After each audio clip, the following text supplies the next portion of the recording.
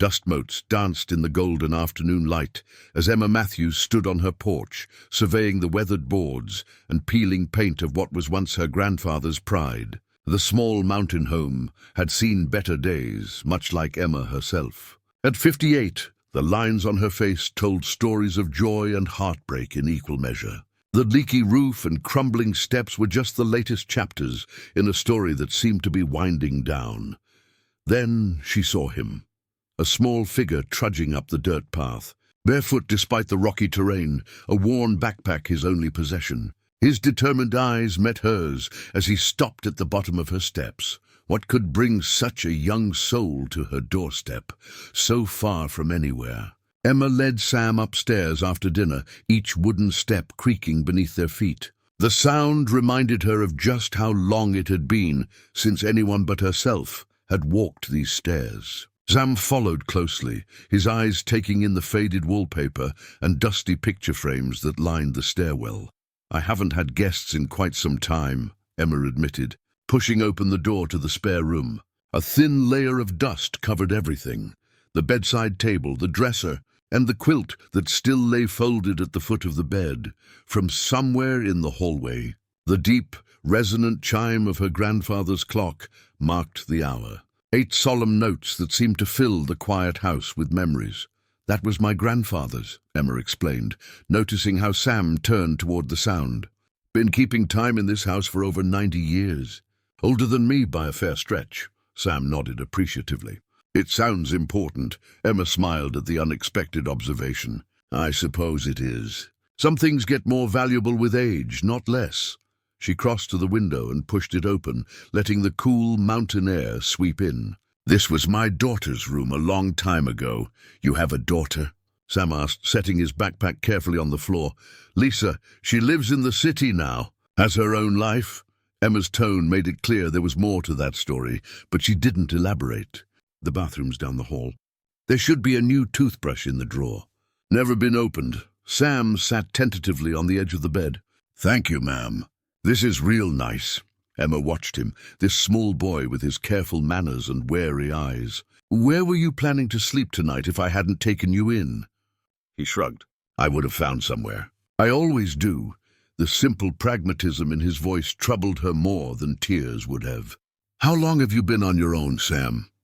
His fingers worked at a loose thread on the bedspread. A while. Emma knew pushing wouldn't help. Not tonight, anyway. "Well, you're here now. Get some rest. We'll talk more in the morning."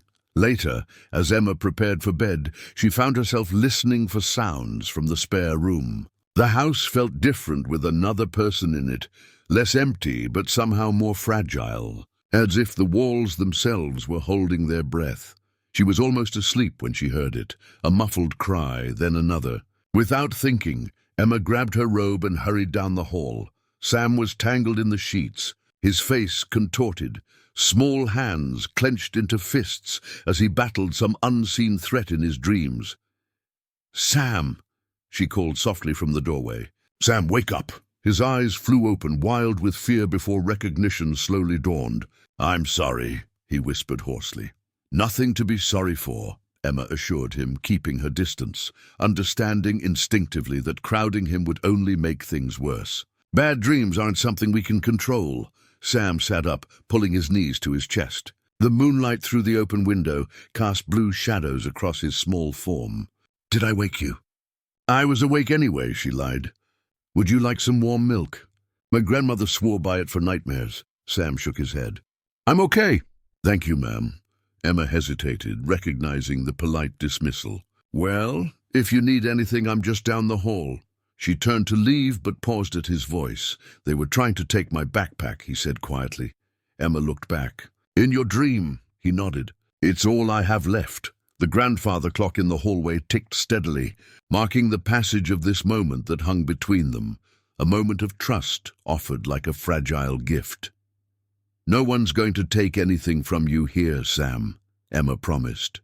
"You get some sleep now."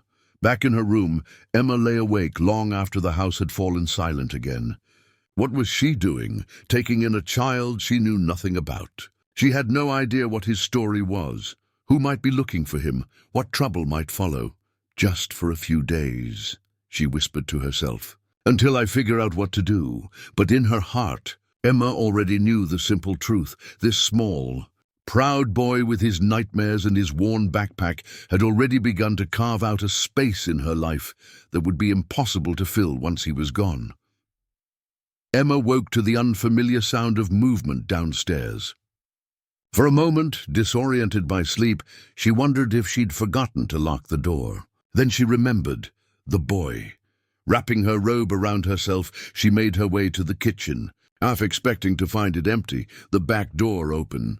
The boy gone with whatever valuables a child might consider worth taking. Instead, she found Sam in the backyard, visible through the kitchen window. He was gathering fallen branches, creating a neat pile near the woodshed. The morning sun caught in his dark hair as he worked methodically, seemingly unbothered by his bare feet on the dew-damp grass. Emma watched him for a moment before pushing open the screen door. "You're up early," Sam straightened, brushing his hands on his jeans. "Yes, ma'am. Hope that's all right. More than all right. But you should come in for breakfast before you work yourself into hunger." Over scrambled eggs and toast, Emma studied her young guest. In daylight, the shadows under his eyes were more pronounced, his frame even thinner than she'd first thought. "I was thinking we might make a list," Emma said, setting down her coffee cup. "Of all the repairs the house needs." Sam nodded eagerly. "I noticed the rain gutters need cleaning, and there's some wood rot on the east-facing windowsills." Emma raised an eyebrow. "You noticed all that yesterday?" "I like to know how things work," Sam replied, his eyes serious. "How to fix them when they don't."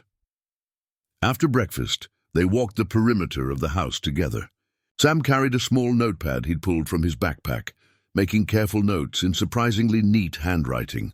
Emma pointed out issues she'd been ignoring for years: the sagging porch rails, the cracked window in the attic, the leaky faucet in the downstairs bathroom.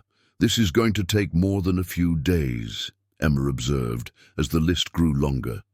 Sam looked up at her, worry creasing his brow. "I can stay as long as you need help, ma'am." The simple statement hung in the air between them, loaded with unspoken questions. "We'll see," Emma said non-committally. "First, we need supplies." Inside, at the kitchen table, Emma watched as Sam carefully transformed their scattered observations into an organized list, categorized by urgency and location. The page was headed in careful block letters: "Matthew's house repairs." "You've done this before," Emma observed. It wasn't a question. Sam's pencil paused. Someone I stayed with before had rental properties. I helped sometimes." The careful avoidance of specifics wasn't lost on Emma, but before she could probe further, a car door slammed outside. Through the window, she saw her neighbor Martha climbing out of her ancient station wagon, a covered dish in hand. "That's Martha Jenkins," Emma explained quickly. "She brings me casserole every Monday." "Though Lord knows I've told her not to bother." Sam's posture changed instantly, shoulders tensing. Eyes darting to the back door as if calculating an escape route. "She's harmless," Emma assured him, "but curious as a cat. She'll have questions." "What should I say?" Sam asked, his voice suddenly small. Emma hesitated, the weight of the moment pressing on her. Lying wasn't in her nature, but the truth was a complicated thing she didn't fully possess. "For now, let's say you're my nephew, visiting for a while." The words felt strange on her tongue. "Just until we figure things out." Sam nodded solemnly, accepting the fabrication with the pragmatism of someone used to necessary untruths. Martha's knock came seconds later. As Emma moved to answer it, she heard Sam whisper behind her, "What's your last name, ma'am?" "In case she asks." "Matthews," Emma replied, her heart constricting at the reminder of how little they knew of each other. Martha's voice boomed through the house as soon as the door opened. "Emma Matthews, I was beginning to think you'd taken ill."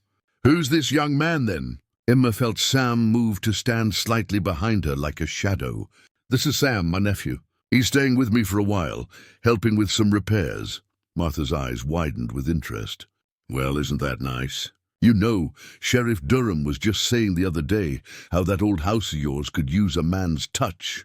"Sam's touch will do just fine," Emma replied firmly, accepting the casserole dish.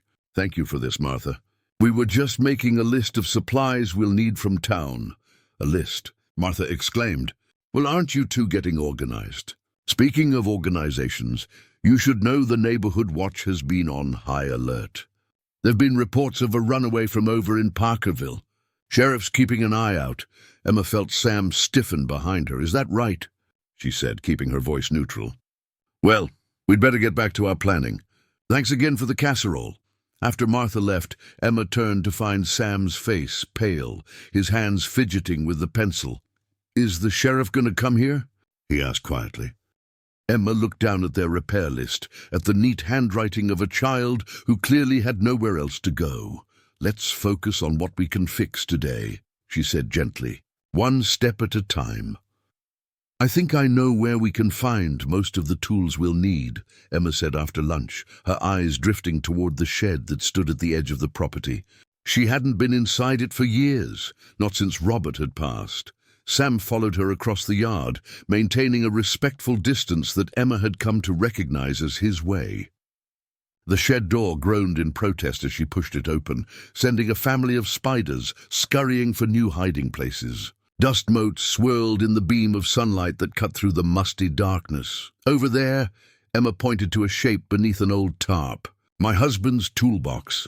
Sam helped her pull away the heavy canvas, revealing a wooden chest with brass hinges and a carved lid. The wood was rich with age and care. Cherry, darkened by decades of handling. Robert's initials were burned into the front panel, RJM. "It's beautiful," Sam whispered, his small hand hovering over the surface without touching it. Emma nodded, unexpected emotion tightening her throat. "Robert made it himself. Said a craftsman needed a worthy home for his tools." She lifted the lid, revealing the interior with its carefully crafted compartments. Each tool lay in its designated place, preserved in a film of light oil against rust and time. Chisels, planes, hammers of different weights, a set of screwdrivers with worn wooden handles. "May I?" Sam asked, his voice hushed as if they were in a church. Emma nodded, watching, as he gently lifted a hand plane, testing its weight and balance with evident reverence. His small fingers traced the curve of the handle, the brass fittings, the blade that still held its edge despite the years of disuse. "You know what that is?" Sam nodded. "For smoothing wood. Making it flat and true." He set it back exactly where he'd found it. "These are master's tools." Emma smiled at the assessment. "Robert was no master, but he loved working with his hands. Built most of our furniture. Taught me enough to be dangerous with a hammer." She lifted out a worn leather tool belt. The memory of Robert showing her how to drive a nail without splitting the wood, suddenly so vivid she could almost hear his patient voice. One gentle tap to set it, then straight and true with the force. "The hammer does the work, Em. You just guide it." "He was a good teacher," she said aloud. Sam looked up. "Your husband?" "Yes, patient.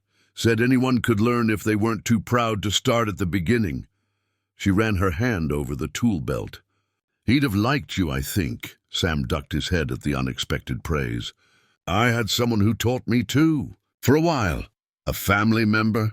Emma asked carefully. Sam's focus remained on the tools.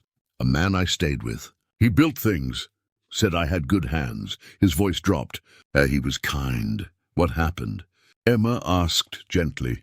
Sam shrugged. The familiar gesture that deflected questions too painful to answer. "They moved me again." Foster care, Emma thought but didn't say. The pieces were starting to fit together. The careful manners, the wariness, the reluctance to speak of family. "Well," she said, lifting the toolbox with a grunt, "these tools have been sleeping too long. Time they did some honest work again." Together they carried the chest back to the house, setting it on the porch like an altar to purpose and industry. Sam opened the list they'd made, surprisingly comprehensive for a morning's work. "I think we should start with the gutters," he suggested. "Before it rains again," Emma nodded, impressed by his practical assessment. "Gutters it is. But first," she disappeared inside, returning with 2 pairs of work gloves. Robert's much too large and her own gardening gloves. Still a size too big for Sam's small hands. "Safety first," she said, handing him the smaller pair. Sam pulled them on, flexing his fingers in the stiff leather. For a moment, Emma saw Robert's hands superimposed over the boys, the same careful movements, the same quiet competence. "Let me show you how the extension ladder works," she said, pushing away the ghost of memory. "And then you can tell me more about what you know of carpentry." As they set up the ladder against the east side of the house, Sam's initial nervousness gave way to focused attention. He listened intently as Emma explained the safety features, nodding at appropriate moments. "The man who taught me," he said suddenly as they secured the base. "He said wood has a story. That when you work with it, you're adding to that story, not changing it." Emma smiled, hearing echoes of Robert's philosophy. "Your teacher sounds like a wise man." "He was," Sam said quietly, his eyes on the toolbox. "For as long as I had him." The list of supplies grew longer as they assessed each repair project. By Wednesday morning, there was no avoiding a trip to town. Emma watched Sam's face carefully as she announced their plans over breakfast. "We need lumber for the porch rails, roofing nails, sealant for the windows." She trailed off, noting the boys' tightening shoulders. "You don't have to come if you don't want to." Sam pushed his scrambled eggs around his plate. "I should help carry things." His sense of obligation touched Emma. "That would be helpful," she agreed. "But I understand if you'd rather stay here." Sam shook his head. "I'll come." His voice was quiet but determined. The drive into Millerville was mostly silent. Sam sat rigid in the passenger seat, his backpack clutched on his lap, despite Emma's assurance he could leave it at the house. The late April sunshine lit the mountains in shades of new green as Emma's ancient station wagon wound down the valley road. "Pretty, isn't it?" Emma said, hoping to ease the tension. "Spring comes late up here, but when it arrives, it's worth the wait." Sam nodded, his gaze fixed on the passing landscape. "The air smells different than in the city." It was the first direct mention of where he'd come from. Emma absorbed the information without pressing for more. Millerville's main street hadn't changed much in the 40 years Emma had known it. The hardware store, the grocery, the diner, the bank, all occupying the same storefronts they had when she'd first arrived as Robert's bride. Only the faces behind the counters had changed. Younger versions, replacing their parents and grandparents in the rhythm of small-town continuity. The parking lot of Hendrick's Hardware was half full when they arrived. Sam hesitated at the door, eyes darting across the pickup trucks and their occupants. "Joe Hendricks is a good man," Emma assured him, "and known him all his life." Inside, the familiar smell of sawdust and metal welcomed them. Sam stayed close to Emma's side as they navigated the narrow aisles, his eyes wide as he took in the floor-to-ceiling shelves of tools and materials. "Emma Matthews," Joe's booming voice called from behind the counter. "Twice in 1 month must be a record." "Hello, Joe," Emma replied, approaching the register. "We've got quite a list today." Joe's curious gaze settled on Sam. "And who's your helper?" "This is Sam," Emma said simply, not elaborating on their connection. "He's giving me a hand with some long-overdue repairs." Joe's weather-lined face broke into a smile. "Glad to hear it. That old house of yours deserves some attention." He leaned across the counter, addressing Sam directly. "You know anything about carpentry, young man?" Sam nodded, meeting the man's eyes with surprising confidence. "Yes, sir, some." "Well then, let's see that list of yours." As Joe reviewed their needs, other customers drifted in and out. Emma felt Sam tense beside her each time the bell above the door jingled. She placed a reassuring hand on his shoulder, noting how thin it felt beneath his t-shirt. After the lumber had been selected and the smaller items gathered, Joe tallied the total. The figure was higher than Emma had anticipated, and she frowned at her checkbook. "Tell you what," Joe said, noting her hesitation. "Why don't we call it an account? Pay half now, half when the job's done." Emma looked up, surprised. "That's generous, Joe," he shrugged.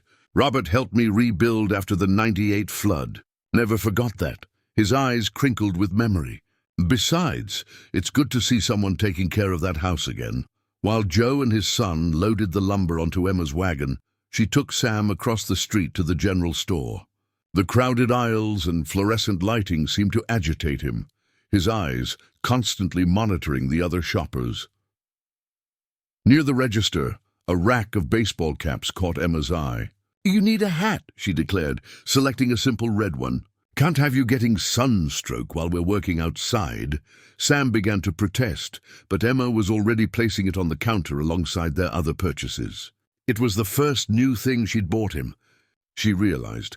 This boy, who'd arrived with nothing but a backpack and determination. As they waited in line, Emma noticed Sam staring at a bulletin board near the door.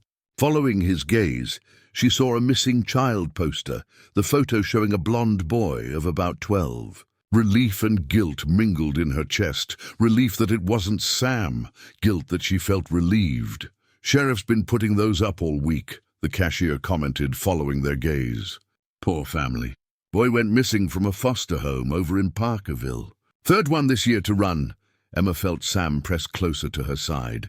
"Such a shame," she murmured, paying quickly. Outside, the sun seemed too bright after the store's dim interior.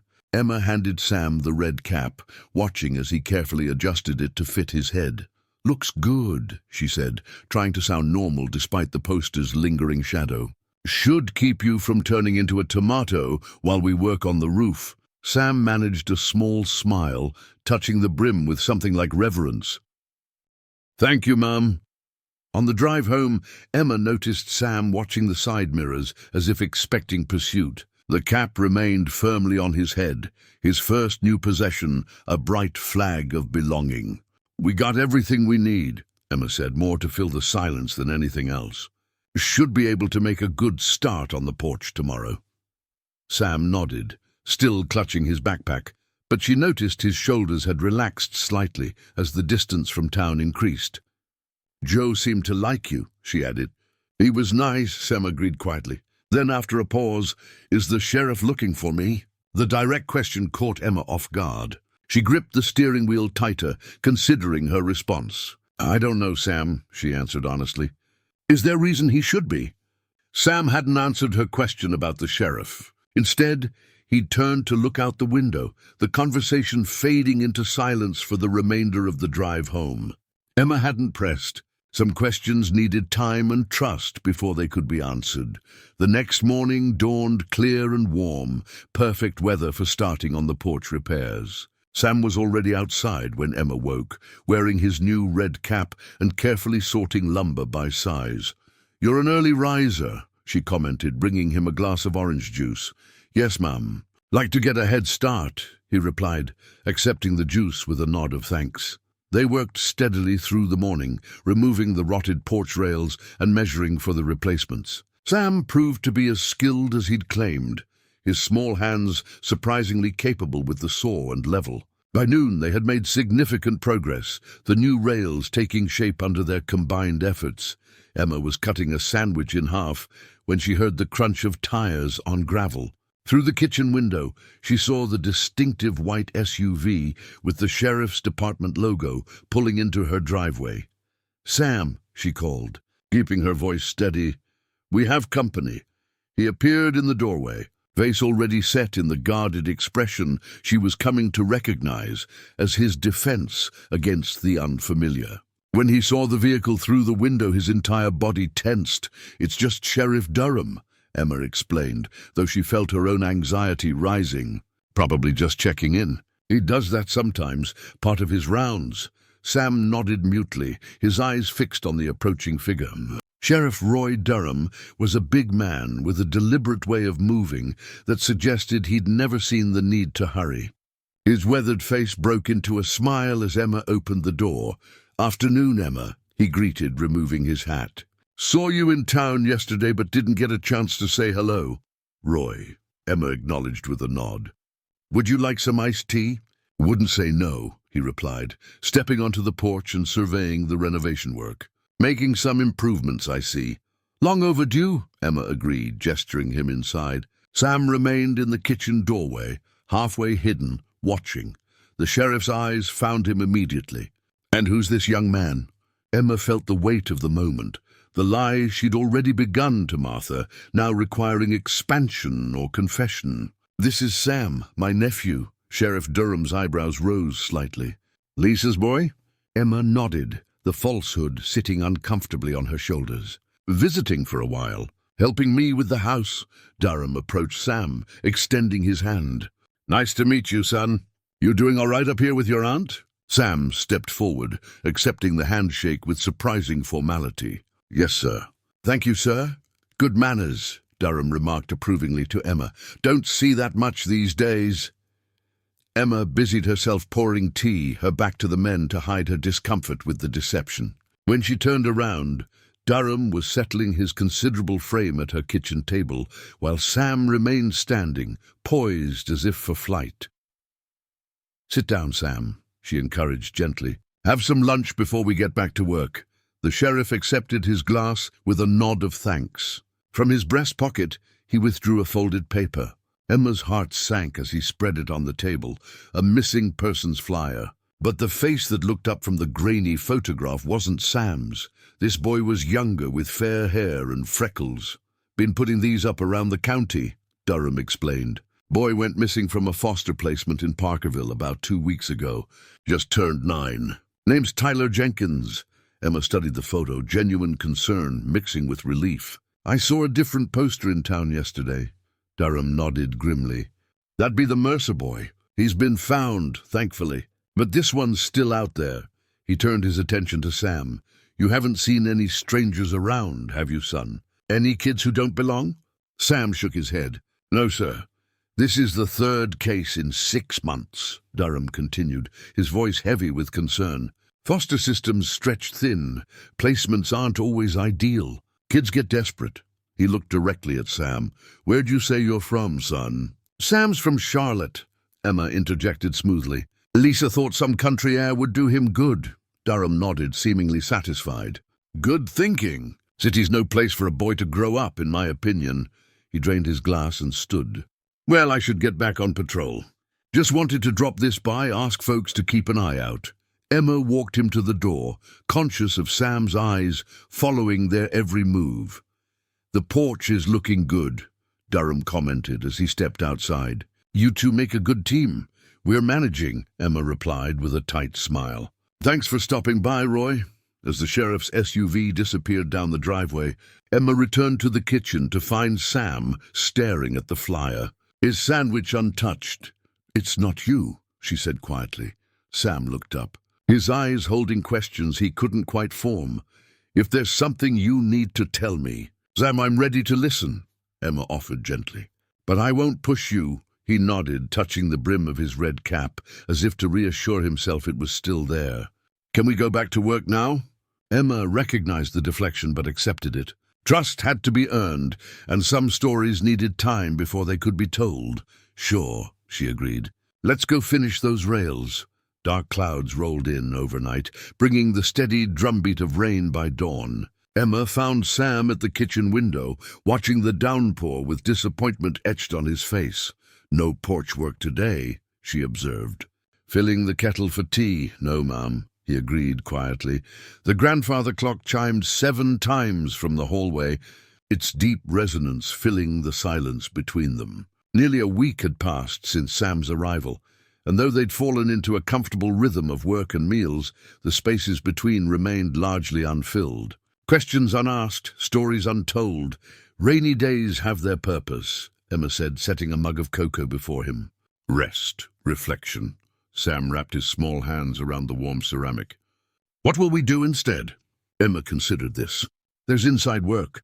Window frames need sanding. Or, she hesitated, we could just talk. The boy's expression turned wary. About what? About whatever you'd like, Emma replied carefully. Or we could look at some old photo albums. I could show you what this place looked like when it was new. Interest flickered across Sam's face. Your house has always been yours? Not always. It belonged to my grandfather first, then my parents, then me. Built in 1932, after breakfast, Emma retrieved a leather-bound album from the living room bookcase. Its cover was worn smooth at the edges, the pages within slightly yellowed with age. They settled on the sofa, the album between them. Rain pattering against the windows. This was my grandfather, Emma explained. pointing to a stern-faced man standing proudly in front of a newly constructed house, recognizable as her own, though lacking the covered porch and second-floor dormers. Augustus Matthews. Everyone called him Gus. Sam studied the photograph with interest. He built it himself, with help from his brothers. They were all carpenters. Emma turned the page to reveal a family portrait, a younger Gus with a smiling woman and 3 children on the porch steps. "That's my father there, the youngest." Sam leaned closer. "You look like your grandmother." Emma smiled at the observation. "That's what my mother always said." She continued through the album, narrating the history of the house and the family that had lived within its walls. The addition of the porch in 1945, her father's return from Korea, her mother's flower gardens that once lined the walkway. "And here," she said, turning to a page near the center, "is me, age 10. The photograph showed a gap-toothed girl with pigtails, proudly holding up a string of fish beside the creek that ran through the back of the property. Sam studied the image. "You look happy." I was. "This mountain was my whole world." Emma traced the outline of her younger self with one finger. "I couldn't imagine ever leaving it." "But you did?" Sam asked, picking up on the implication. Emma nodded. "For a while. College, then a few years working in Charlotte. That's where I met Robert."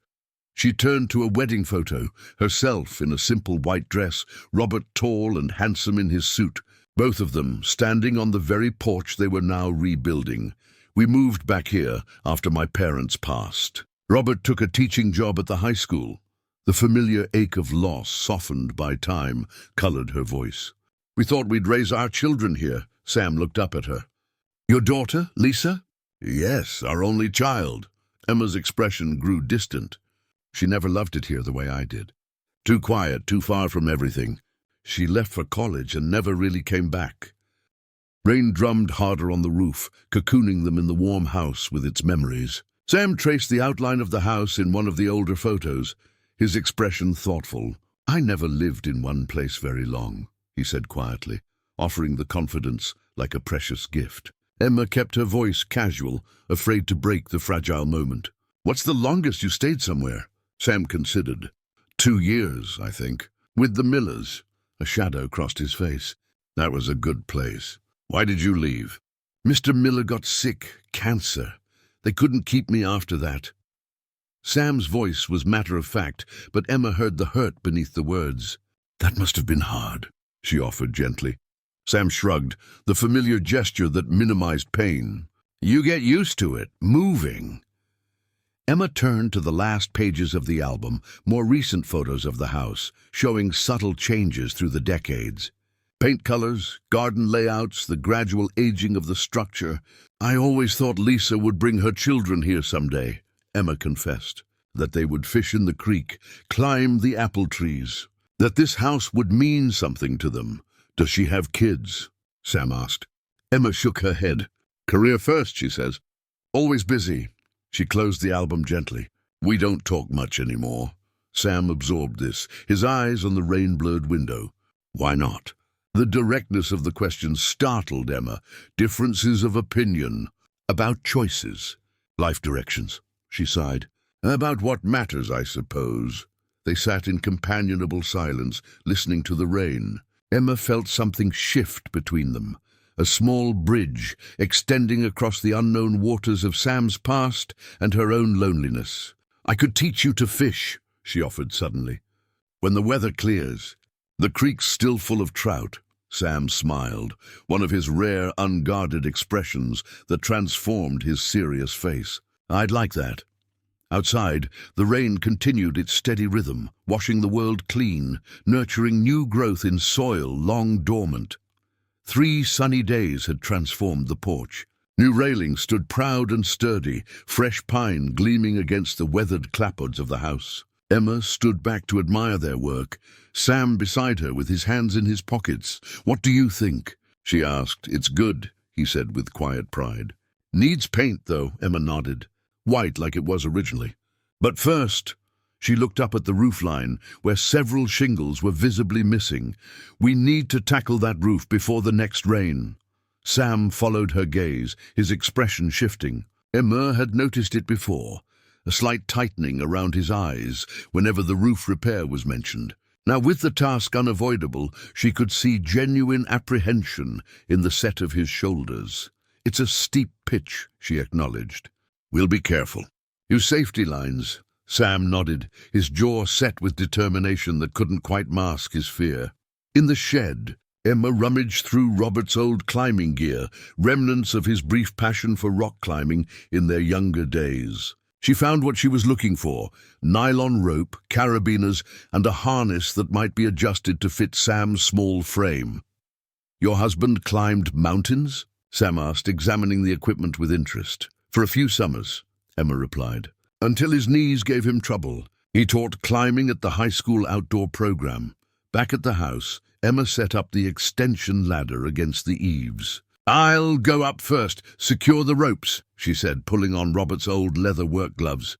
They were well worn, shaped to hands larger than hers, but familiar and comforting. Sam nodded, watching her climb with obvious concern. "Be careful." Emma made her way cautiously up the ladder, feeling the slight sway beneath her weight. At the top, she secured the safety rope to the chimney, creating an anchor point. The view from the roof was spectacular.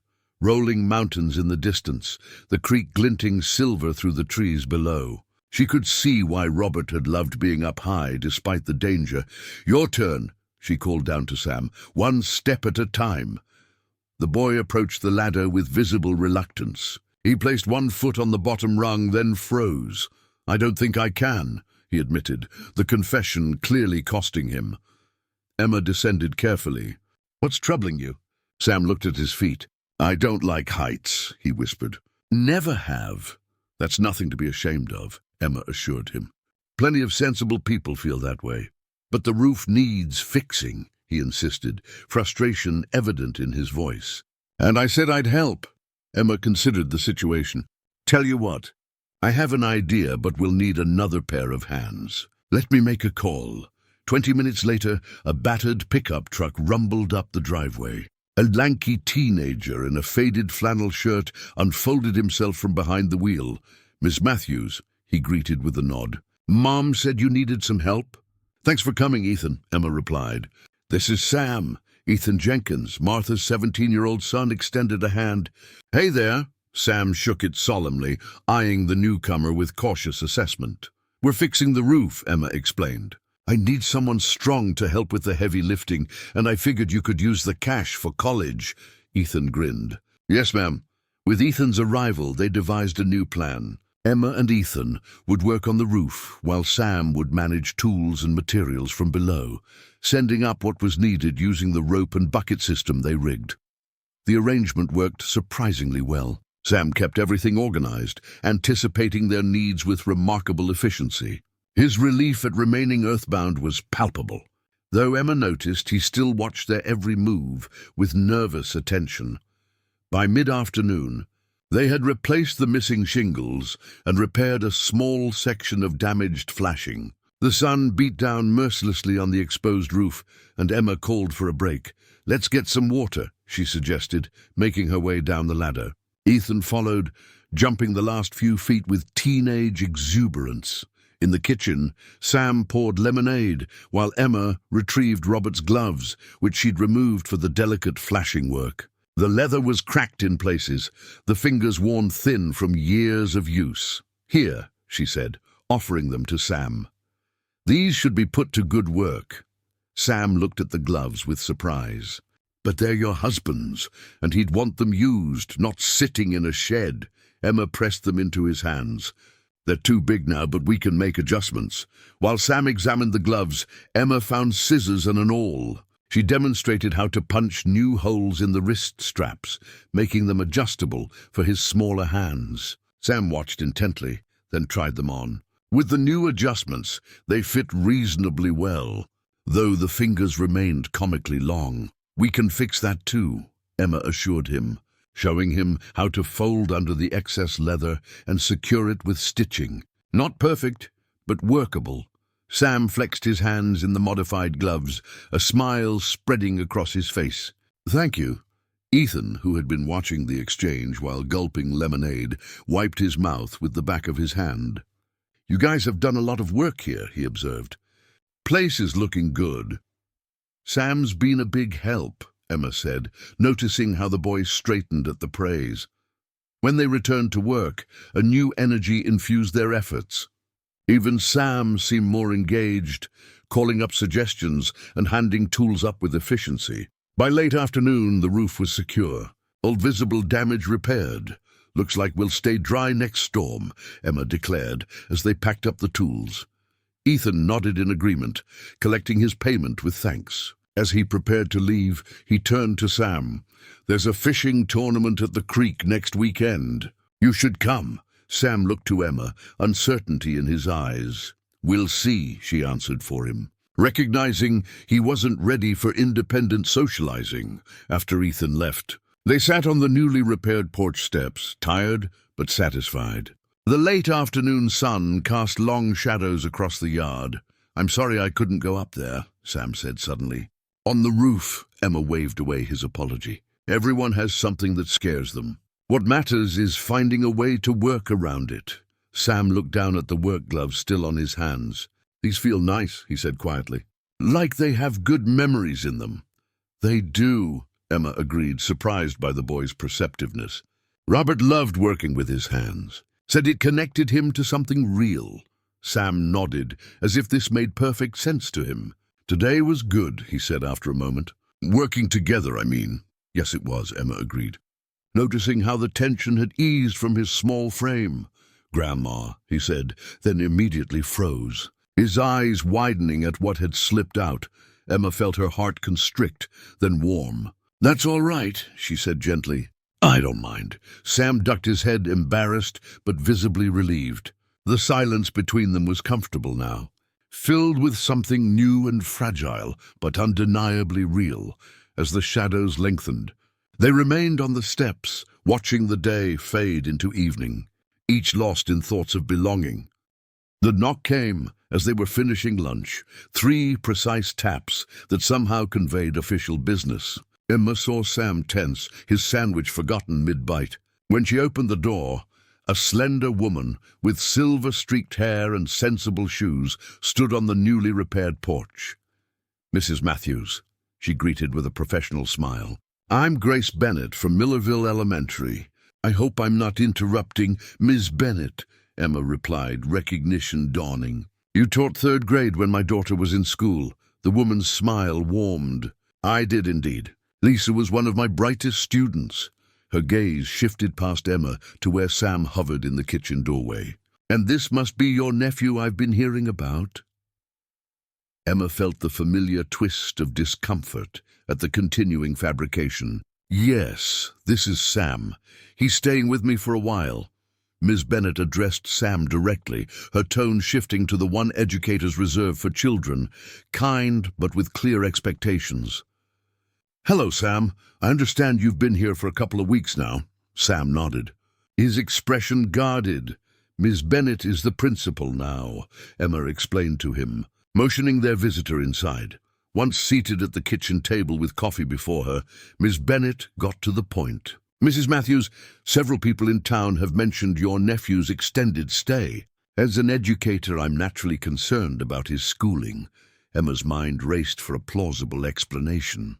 "It's just temporary," she began, aware of Sam's watchful eyes. "His mother, my niece, is going through some changes right now." Ms. Bennett nodded sympathetically. "Nevertheless, if he's going to be here much longer, we should discuss enrollment options." "The school year isn't over yet." "That won't be necessary," Emma said quickly. "We're doing some homeschooling for now. Until things settle." Miss Bennett's eyebrows rose. "Homeschooling? Are you following an approved curriculum?" The question caught Emma unprepared. She'd been focused on house repairs and gaining Sam's trust, not educational requirements. Sam surprised her by speaking up. "We've been studying history," he said quietly, "and practical mathematics for the construction projects." Miss Bennett turned to him with renewed interest. "Is that so? And what period of history are you studying, Sam?" "The Great Depression," he answered without hesitation. "How it affected rural communities like this one?" Emma stared at him, impressed by his quick thinking. "That's a sophisticated topic," Miss Bennet observed. "What resources are you using?" Sam glanced at Emma, then back to the principal. "Grandma's family albums, first-hand accounts, and some books from the shelf upstairs." The casual use of "grandma" sent a warm shock through Emma, the word that had slipped out accidentally. During their roofing project was now being offered deliberately, creating a relationship where legally there was none. Miss Bennet sipped her coffee, her expression thoughtful. "Mrs. Matthews, if you're serious about homeschooling, even temporarily, there are requirements. Documentation, progress reports, curriculum approvals." "I understand," Emma said, feeling the ground shift beneath what had seemed a simple lie. "We'll look into what's needed." After Miss Bennet left, having extracted a promise to visit the school office for proper paperwork, Emma found Sam in the study, examining the bookshelves with new purpose. "That was quick thinking," she commented, watching as he pulled down a dusty history textbook. "Where did you learn about the Depression?" "Mr. Miller taught history," Sam replied, referring to the foster father he'd mentioned before. "He liked to talk about economic cycles." Emma sat in Robert's old leather chair, turning over this new complication in her mind. "Sam, we need to talk about this school situation. About how long you're planning to stay." Sam's hand stilled on the book. "Do you want me to leave?" "No," Emma said quickly, surprised by the fierce certainty she felt. "No, that's not what I'm saying at all. But if you're going to stay, we need to figure out some things. Legal things. Like school," he said quietly. "Among others." Emma gestured to the armchair opposite her. Sam sat, the oversized textbook in his lap like a shield. "How much schooling have you had, Sam?" she asked gently. He shrugged. "Depends on the placement. Some were good about it, others." He trailed off, leaving the implications hanging. Emma nodded, understanding the gaps in his education were likely substantial and inconsistent. "What subjects do you like?" "Math," he answered immediately. "And science. I like knowing how things work." His fingers traced the textbook's worn spine. "I'm not so good at reading." "The letters get mixed up sometimes." "Dyslexia," Emma suggested. "My husband had it too." "It doesn't mean you're not smart. Robert was brilliant. Just needed different approaches." Sam looked up, hope flickering across his face. "Really?" Emma stood, moved to the shelves, and began pulling down books. Robert's old teaching materials, workbooks, novels suitable for Sam's age. "I think we can put together a decent curriculum. For now, at least. Are we really going to do homeschooling?" Sam asked. Emma stacked the books on the desk, creating the foundation of an impromptu classroom. "Why not? I was a teacher's wife for 25 years. I picked up a few things." She paused, looking at him seriously. "But Sam, eventually we need to talk about your situation. About making things official." Fear clouded his features. Would they send me back? The question hung between them, laden with all they weren't saying about his past, about the system he'd fled. "Not if I have anything to say about it," Emma said firmly. "But we can't keep living in this in-between place forever." Sam nodded slowly, some of the tension easing from his shoulders. "So we'll study," he said, changing the subject with the practicality she'd come to admire in him. "And fix the house. And figure out the rest as we go," Emma agreed, accepting the deferral of the harder conversation. She reached for the telephone on the desk, an old-fashioned landline that rarely rang these days. "I should call Lisa, get her advice." Sam watched as she dialed, his expression a mixture of curiosity and apprehension. After several rings, the call went to voicemail. "Lisa, it's Mom," Emma said after the beep. "Something's come up.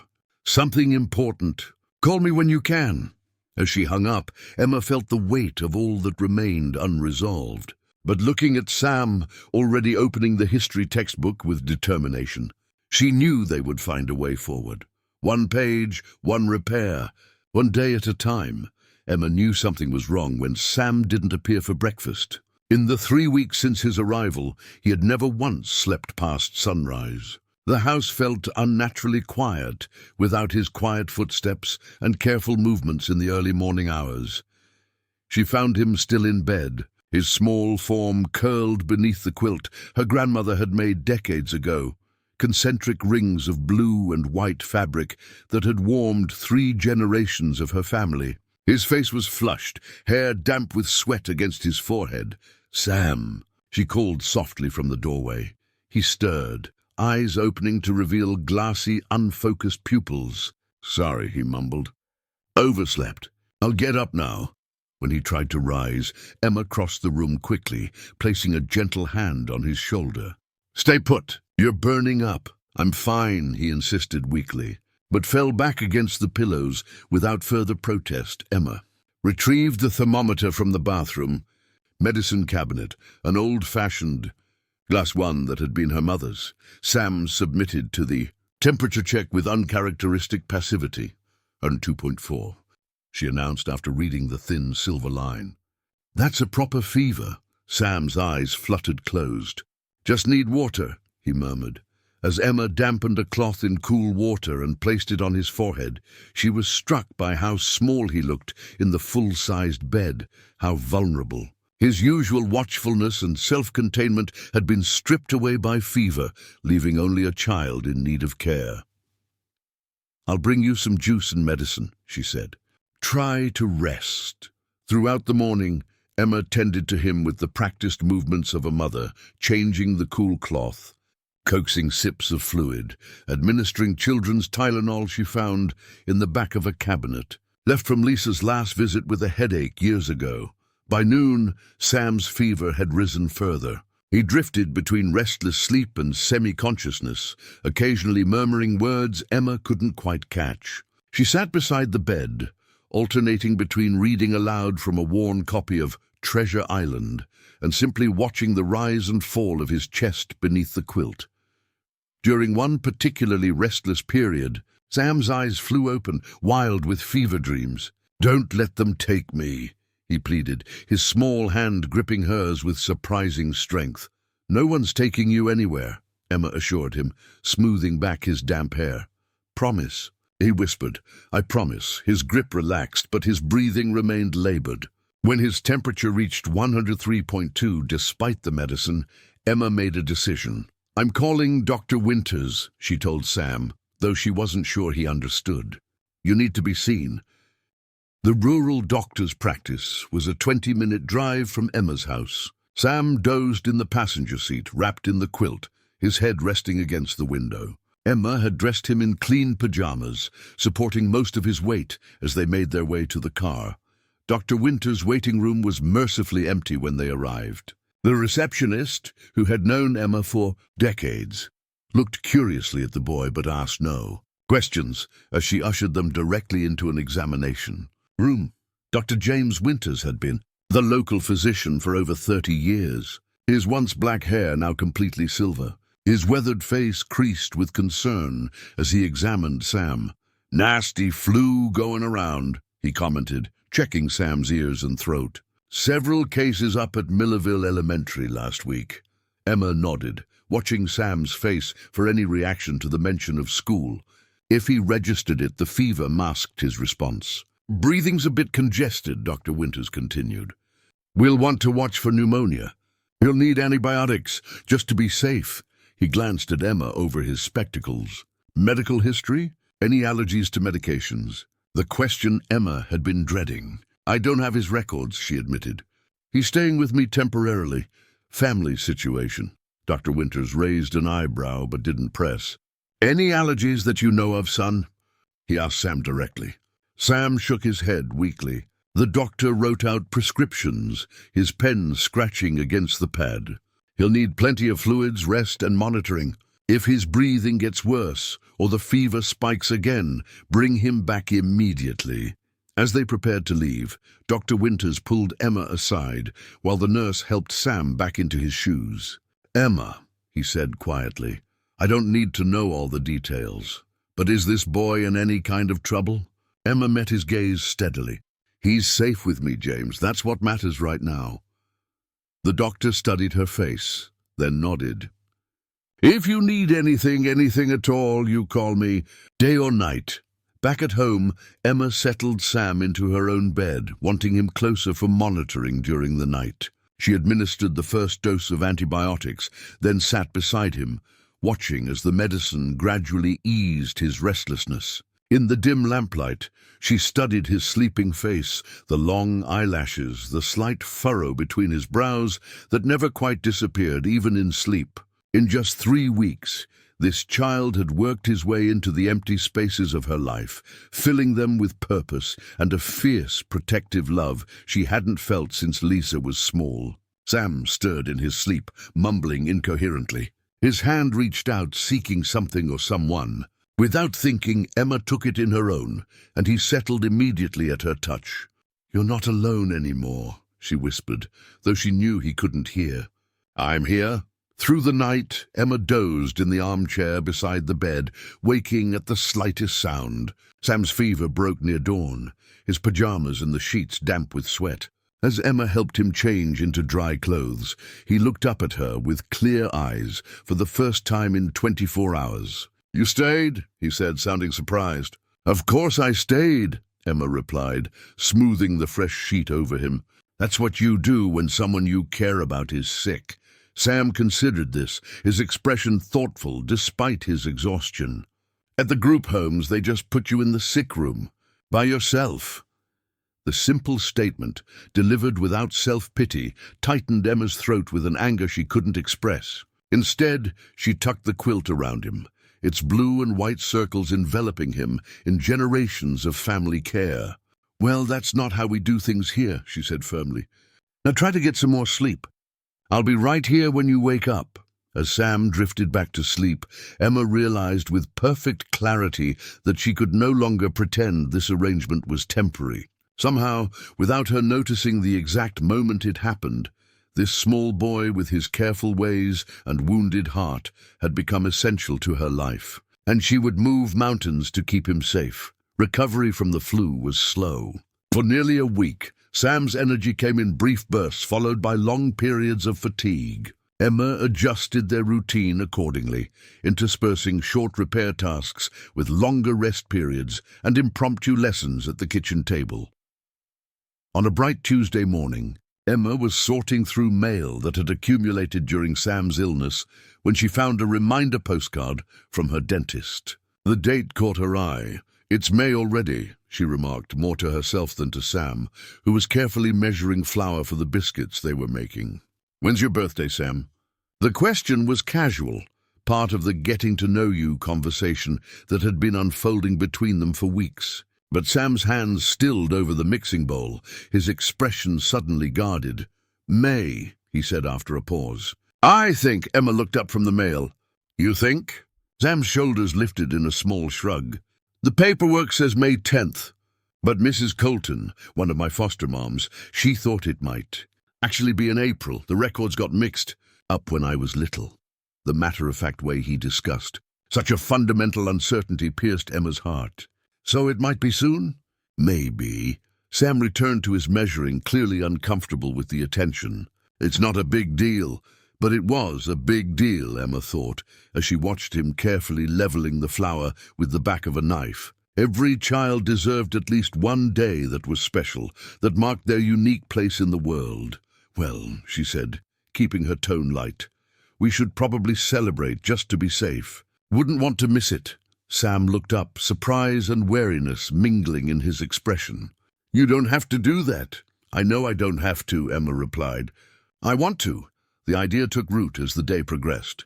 While Sam napped in the afternoon, still recovering his strength, Emma made a quick call to Martha, who was only too happy to spread the word.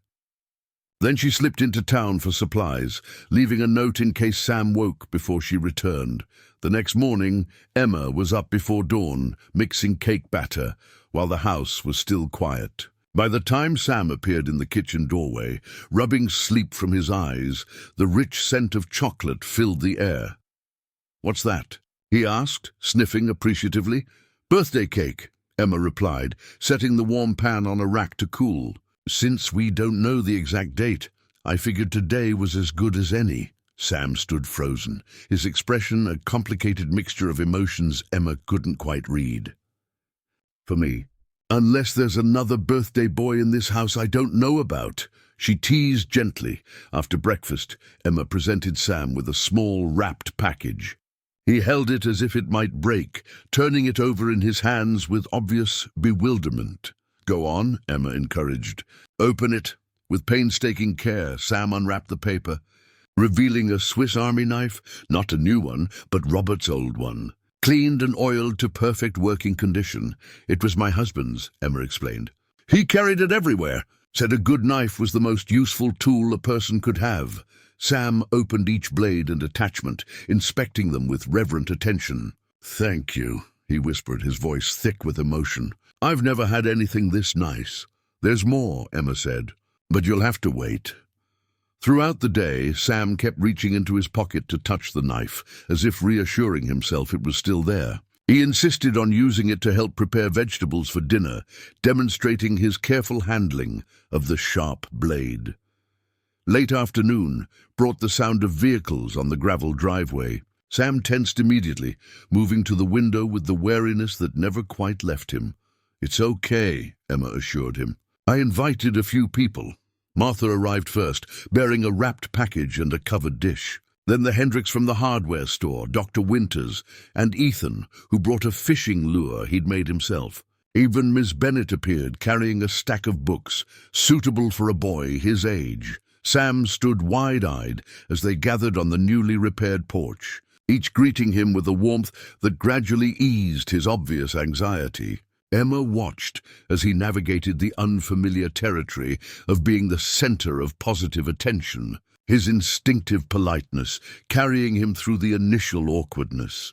The small gathering moved to the backyard, where Emma had set up a table with a chocolate cake now frosted and adorned with candles. As twilight settled around them, they sang "Happy Birthday," their voices carrying into the emerging stars. "Make a wish," Emma instructed as Sam hesitated before the flickering candles. He closed his eyes briefly, then blew with surprising force, extinguishing all the flames at once. The small group applauded, and Sam's face broke into a rare, uninhibited smile that transformed his serious features. Later, after the guests had departed and the kitchen was restored to order, Sam sat at the table working intently on something he wouldn't let Emma see. His hands moved with precision, the small carving knife from his new Swiss Army knife flashing in the lamplight. "Close your eyes," he instructed finally. Emma complied, hearing the scrape of wood against the tabletop as he pushed something toward her. "Okay, you can look." She opened her eyes to find a small wooden bird resting on the table before her, a simple shape, but unmistakably a bird in flight, its wings outstretched. Sam had carved it from a piece of pine left over from the porch repairs. "It's beautiful," Emma said, picking it up to examine the smooth curves he'd somehow coaxed from the raw wood. "It's for you," Sam said, his eyes solemn. "Because you gave me a home." Before Emma could respond to the weight of those words, the sound of tires on gravel cut through the evening quiet. Sam's head turned sharply toward the window, the old wariness returning to his posture. Emma moved to the front door, confused. All their visitors had left over an hour ago. Opening it, she found Sheriff Durham on her porch, his expression grave in the porch light. "Evening, Emma," he said, removing his hat. "Hope I'm not interrupting anything, but I need to have a word." "About the boy." "About the boy?" Emma repeated, her hand tightening on the doorframe. Behind her she could sense Sam's presence, silent and watchful in the shadowed hallway. Sheriff Durham nodded, his expression troubled but not unkind. "Got some information I think you should know about." "Mind if I come in?" Emma stepped aside, her mind racing. Had someone reported them? Had Sam's true identity been discovered? In the living room, Durham settled his considerable frame into Robert's old armchair, hat balanced on his knee. His gaze found Sam, who stood in the doorway as if preparing for flight. "Evening, son," he greeted him. "Heard it might be your birthday." Sam nodded mutely, his eyes darting between the sheriff and Emma. Durham reached into his breast pocket and withdrew a folded newspaper clipping. "Been looking into some cases from neighboring counties," he explained, smoothing the paper on his knee. "Came across this article from the Parkerville Gazette. Thought you should see it." Emma took the clipping with trembling fingers. The headline read, "Local foster home shut down amid abuse allegations." Below was a photograph of a large farmhouse surrounded by police cars. The date was from 3 months earlier. Authorities have removed 6 children from the Blackwell foster home following reports of severe neglect and physical abuse. Emma read aloud, her voice growing unsteady. The investigation began when neighbors reported hearing screams and seeing children performing hard labor in freezing temperatures. One child remains unaccounted for, having fled the property before authorities arrived. Emma looked up from the article to find Sam's face drained of color, his small frame rigid with tension. That missing child, Sheriff Durham said quietly, was described as a boy of about 12, dark hair, slight build. No photograph available in the system. The silence that followed was heavy with unspoken understanding. Emma moved to Sam, placing a protective hand on his shoulder. "Is this why you came here, Sam?" she asked gently. Sam's eyes remained fixed on the sheriff. "Are you going to send me back?" he whispered. Durham shook his head. "No, son. The Blackwells are facing criminal charges. That place has been shut down for good. But there'll be another place," Sam said, his voice suddenly fierce. "There's always another place, and they say it'll be better, but it never is." Emma felt him trembling beneath her hand. "Sam," she prompted softly, "I think it's time to tell me everything." The grandfather clock in the hallway chimed 9 times, marking the hour as Sam struggled with his decision. Finally, he nodded, his shoulders slumping in resignation. "I'll make some hot chocolate," Emma suggested, recognizing he needed time to gather his thoughts. "Sheriff, will you stay?" Durham nodded. "Think I should." In the kitchen, Emma moved through the familiar ritual of warming milk and measuring cocoa, her mind whirling. Part of her had always known Sam was running from something, but the reality, abuse severe enough to warrant criminal charges, was worse than she'd imagined.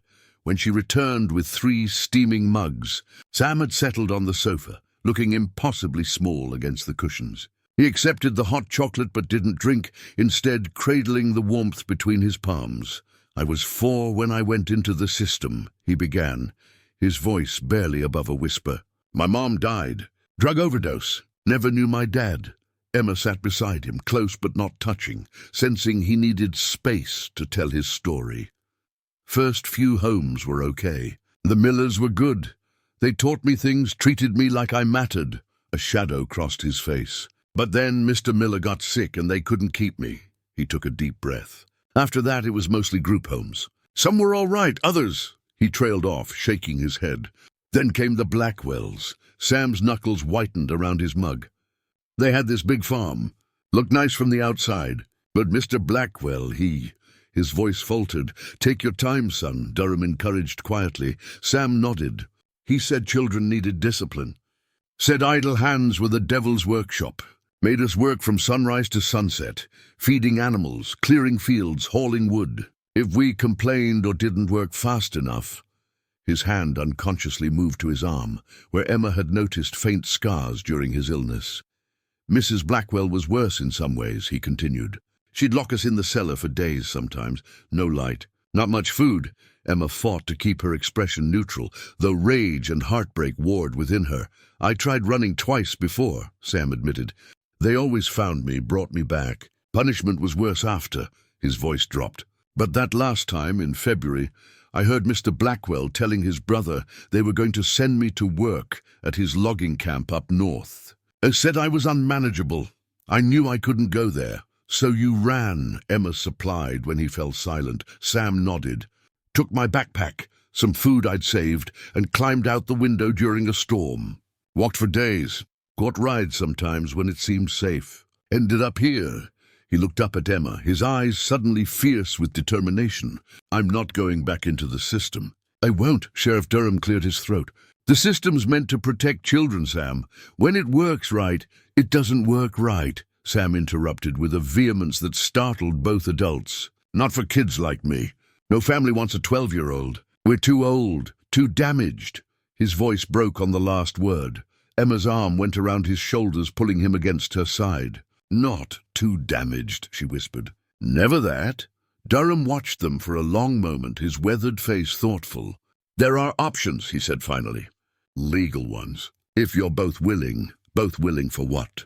Emma asked. Emergency guardianship, foster care application, maybe even adoption eventually.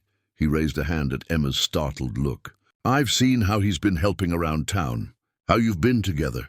Sometimes families are made, not born. Sam looked up at Emma, hope and fear warring in his expression. You'd want to do that, keep me? Emma thought of her quiet, empty life before Sam's arrival. The house slowly deteriorating around her. The days that blended one into another. Then she thought of the past month, of purpose restored, of laughter returning to these rooms, of the fierce protectiveness this boy had awakened in her. Yes, she said simply. If you want to stay. Sam's answer was to lean into her side, his thin body finally relaxing. I want to stay, he whispered. Well then, Sheriff Durham said, setting aside his empty mug and rising to his feet. I believe I know someone at Family Services who might be persuaded to help navigate the paperwork, discreetly. As he prepared to leave, Durham paused at the door. Emma, this won't be simple. There'll be questions, investigations, home studies. Are you prepared for that? Emma looked back at Sam, who had fallen asleep on the sofa, exhausted by emotion and truth-telling. Whatever it takes, she said firmly. He belongs here now. After the sheriff left, Emma gently covered Sam with a blanket, watching the steady rise and fall of his chest. The wooden bird he had carved sat on the mantel, its wings spread in perpetual flight, no longer fleeing but soaring towards something new. The envelope sat on Emma's desk, thick with forms Sheriff Durham had delivered that morning. Application for emergency guardianship, background check authorization, home study consent. The official beginning of a journey with an uncertain outcome. These look complicated, Sam observed, peering over her shoulder at the dense legal language. Most worthwhile things are, Emma replied, uncapping her pen. She'd been filling out sections all morning, pausing occasionally when she encountered questions she couldn't answer about Sam's history. Maybe we should call your daughter again, Sam suggested, surprising Emma with his directness. She's a lawyer, right? She could help with all this. Emma sighed, thinking of the 3 messages she'd left for Lisa over the past week. None returned. She's very busy. Corporate law keeps her tied up. Or maybe she's still mad at you, Sam said, with the uncomfortable perception she'd come to expect from him. About whatever made you stop talking. Before Emma could respond, the phone rang, an unusual occurrence in a household that received few calls. She answered with a tentative, "Hello, Mom?" "It's Lisa." Emma's heart jumped at her daughter's voice, familiar yet strange after so much silence. "Lisa, I was just talking about you." "I got your messages," Lisa replied, her tone businesslike. "They sounded urgent. Is everything okay?" "Yes. Well, complicated, but yes." Emma glanced at Sam, who was pretending not to listen while reorganizing a stack of repair receipts. "Are you still in Charlotte?" "Actually, I'm about 20 minutes from your house," Lisa replied. "I decided to drive up when I couldn't reach you yesterday. Your line was busy for hours." Emma winced, remembering the lengthy calls with Sheriff Durham and a preliminary conversation with a family services worker. "I've had a lot going on." "When will you arrive?" "Soon. I'm just passing the Millerville sign now." After hanging up, Emma turned to Sam, who had abandoned all pretense of not listening. "Lisa's coming. She'll be here in about 20 minutes. Sam's expression turned guarded. "Does she know about me?" "Not exactly," Emma admitted. "I've left messages saying I needed to talk to her about something important, but we haven't actually spoken." Sam nodded, absorbing this. "Should I go somewhere?" "While you talk to her?" "Absolutely not," Emma said firmly. "This concerns you. We'll talk to her together." Sam seemed both reassured and anxious at this declaration. He disappeared upstairs, returning minutes later with his hair combed and wearing his least worn T-shirt. Small preparations that squeezed Emma's heart. The sound of a car engine announced Lisa's arrival. Emma moved to the window, watching as a sleek silver sedan pulled into the driveway. Her daughter emerged, tall and slender in a crisp blouse and tailored pants, looking every inch the successful attorney she'd become. The contrast with Emma's simple cotton shirt and worn jeans couldn't have been more pronounced.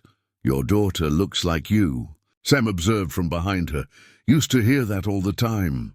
Emma replied with a sad smile. Not so much anymore. Lisa paused on the newly repaired porch steps, visibly surprised at the improvement, before knocking on the door with 3 precise taps, so different from her exuberant entrances as a teenager. Emma opened the door with forced brightness. "Lisa? What a wonderful surprise." "Mom." Lisa's greeting was polite, but reserved as she stepped inside, her gaze immediately finding Sam, who stood awkwardly at the entrance to the living room. "And who is this?" "This is Sam," Emma said, moving to stand beside him. "He's been staying with me for a while now." Lisa's carefully shaped eyebrows rose. "Staying with you?" As in living here," Emma clarified. "Helping me fix up the place." "We've been making good progress."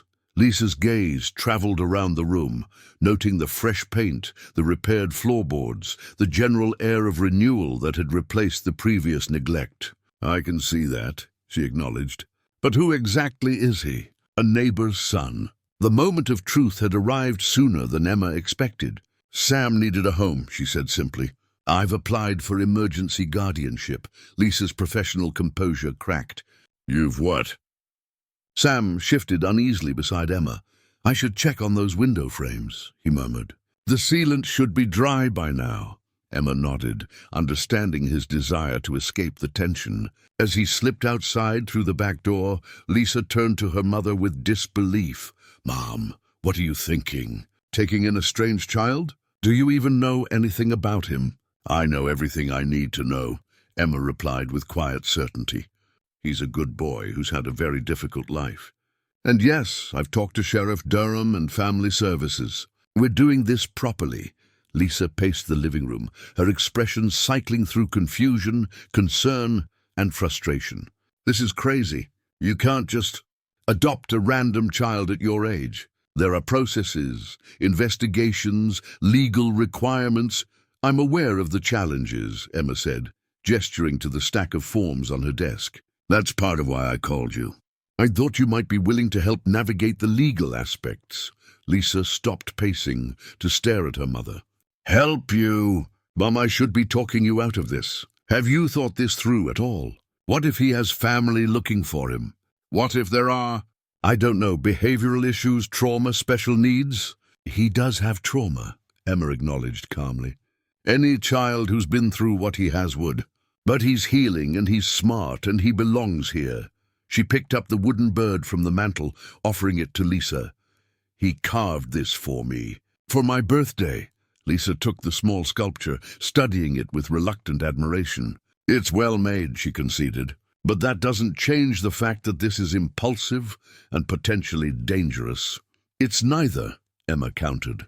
"And I think you know that. You're just worried." "Of course I'm worried." Lisa's voice rose. "You're my mother, living alone on this mountain, suddenly taking in a strange boy with no warning, no preparation." "I had 35 years of preparation raising you," Emma interrupted gently. "And this house has never been more alive than it has been since Sam arrived." Through the window, they could see Sam carefully examining the window frames, his small figure outlined against the spring greenery. He moved with purpose and care, traits Emma had come to treasure. "He's been hurt, Lisa," she said quietly. "Badly hurt by people who should have protected him. I can't send him back into a system that failed him so completely." Lisa sank onto the sofa, her professional demeanor crumbling further. "Mom, I get that your heart is in the right place. But this is a massive commitment. Have you really thought about what this will mean for your life, for your future?"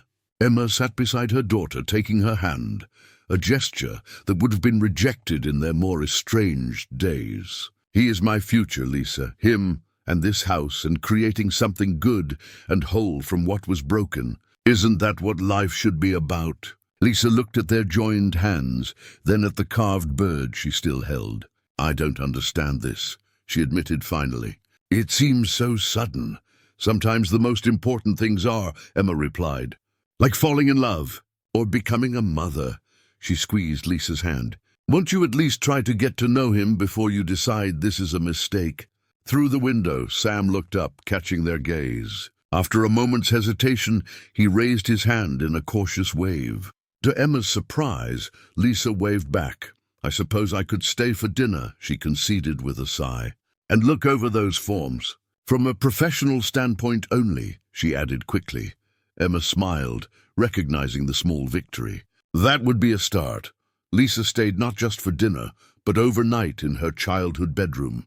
In the morning, Emma found her at the kitchen table, legal papers spread before her, making notes with the focused precision that had made her a successful attorney. Sam had already been up for hours, his current project the garden beds that had long gone fallow. "You've been busy," Lisa commented, looking up from her work. "These guardianship forms are nearly complete." "We've been trying to do everything right," Emma replied, pouring coffee for them both. "How does it look?" Lisa tapped her pen against the documents. "Honestly, challenging but not impossible. The fact that Sheriff Durham is advocating for you helps substantially. And Sam's previous placement has been shut down, which eliminates one obstacle." Emma watched her daughter's professional assessment with a mixture of gratitude and sadness. There had been a time when Lisa's legal mind had been wrapped in a more compassionate package, before corporate ambition had hardened her edges. "What concerns me," Lisa continued, "is the condition of the house. Family Services will conduct a home study, and while you've made impressive progress, there's still significant work needed to meet their standards." Emma sighed, looking around the kitchen with its aging appliances and water-stained ceiling. "We're doing what we can with what we have. It's not just about effort, Mom. It's about safety, adequacy, living conditions that meet regulatory requirements." Lisa hesitated. "I could help financially." "No," Emma interrupted firmly. "We'll manage." Lisa's expression softened unexpectedly. "It's not charity, Mom. It's family helping family." She glanced toward the window where Sam was visible, carefully turning soil in the raised beds. "If he's going to be part of this family, then I should contribute." The simple acknowledgement, "if he's going to be part of this family," hung in the air between them, a tentative bridge across years of distance.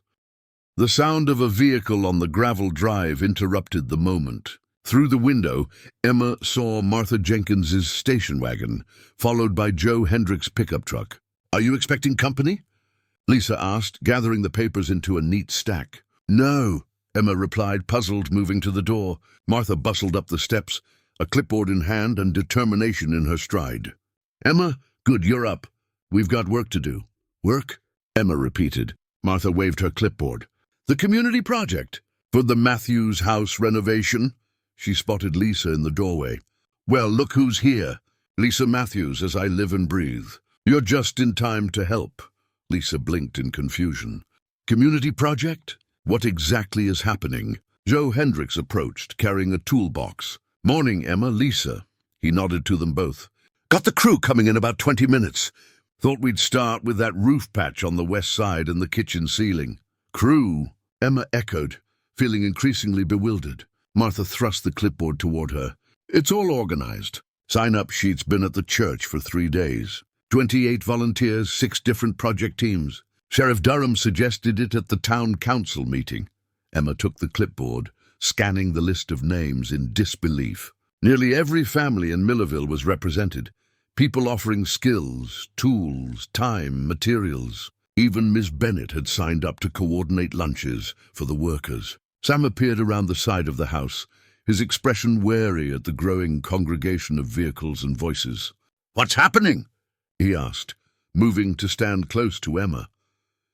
"Apparently we're having a community work day," Emma replied, still processing the surprise. "To help with the house." More vehicles arrived. The Wilsons with paint supplies, the Thompsons with lumber, Dr. Winters with his son's contracting crew. Soon the yard was filled with people unloading equipment, consulting Martha's detailed project lists, organizing into teams. "Did you know about this?" Emma asked Sheriff Durham when he arrived with coffee and donuts for the volunteers. He shrugged, a smile crinkling his weathered face. "Might have mentioned something at the meeting. This town takes care of its own, Emma, always has." "But why?" Lisa asked, still looking stunned by the turnout. "I mean, it's wonderful, but..." Because your mother has been part of this community for decades, Durham replied simply. And now Sam is too. As if to emphasize his point, Ethan Jenkins called out to Sam, waving him over to where a group of teenagers was unloading paint supplies. Sam looked to Emma for reassurance before cautiously joining them. I don't know what to say, Emma murmured, watching as her quiet mountain home transformed into a bustling work site. How to thank everyone?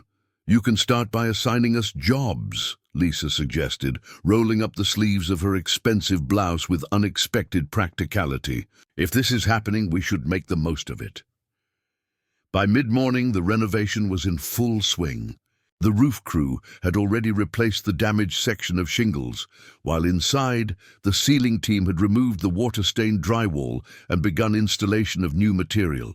The painting crew, which now included both Sam and Lisa, was prepping the exterior for a fresh coat. Emma moved between groups, offering water and gratitude, still overwhelmed by the generosity surrounding her.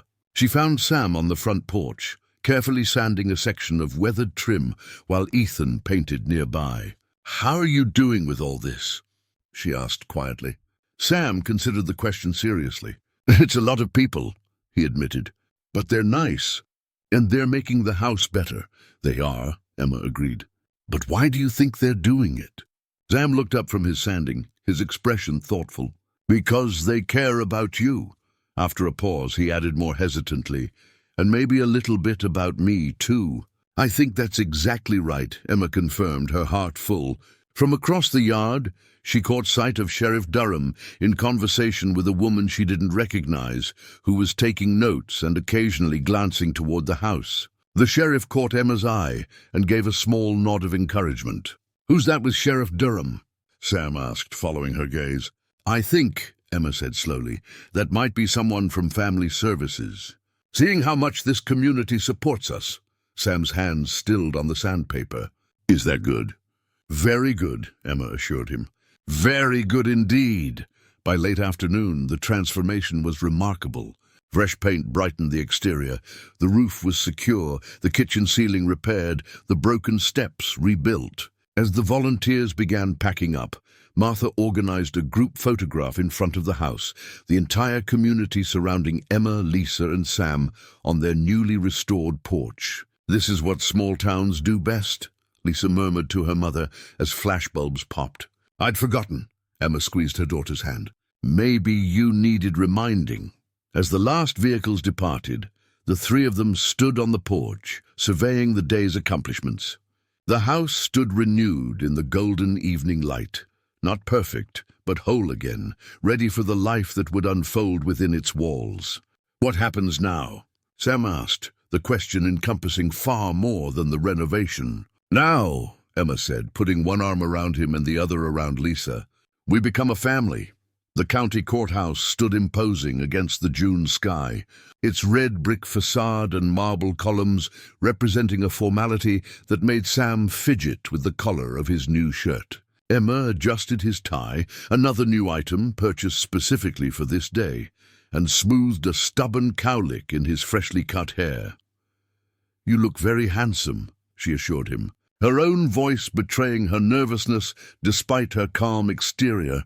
The suit feels weird, Sam whispered, looking down at himself as if surprised by the transformation from his usual jeans and t-shirt. It's just for today, Emma promised.